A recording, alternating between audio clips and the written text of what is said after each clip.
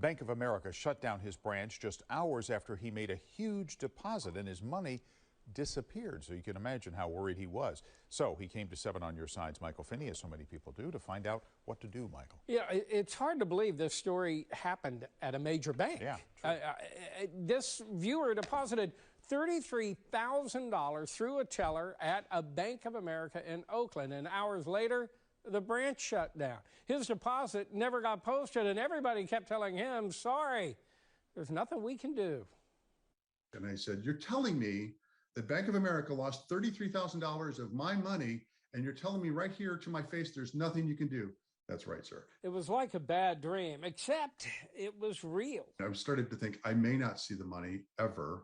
Brian Leonard deposited $33,000 into his account at Bank of America. Then it disappeared. Nobody said, we'll find out where the money is, we'll make good on it, we'll take care of it. There was none of that. It all began here in Brian's kitchen. My wife and I are in the midst of a big kitchen remodel. Brian had to pay the contractor and needed to transfer $33,000 from his account at Wells Fargo to his account at B of A. He brought a cashier's check straight to the teller at B of A so it would clear right away. And she said it would post that afternoon or next morning at the latest. However, when he checked his account the next day, the money was not there. He called B of A, and it was not good news. The woman said that there was no record of the transaction, so as far as she was concerned, no transaction happened.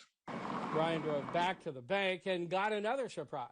B of A had shut down that branch just hours after he had made his big deposit. And when I realized the branch that was closed and the teller that took my $33,000 cashier's check is nowhere to be found, my heart sank into my stomach. I feel like I just saw a boat leaving dock and my money is on the boat. Brian went to another branch, only to find the doors locked there, too. So that's when I started to get very nervous. It's just like, wait a second, the branches are closing. The people that I've had contact with, gone. He went to a third branch. It was open, and the manager didn't help. He said there's no record of the transaction, so there was nothing he could do. Brian showed him the cashier's check and deposit receipt, proof of the missing money. And I said, well, you're the manager.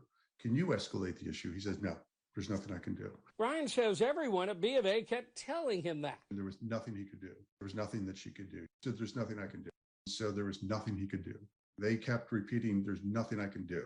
There's nothing I can do about that. It was kind of Kafka-esque.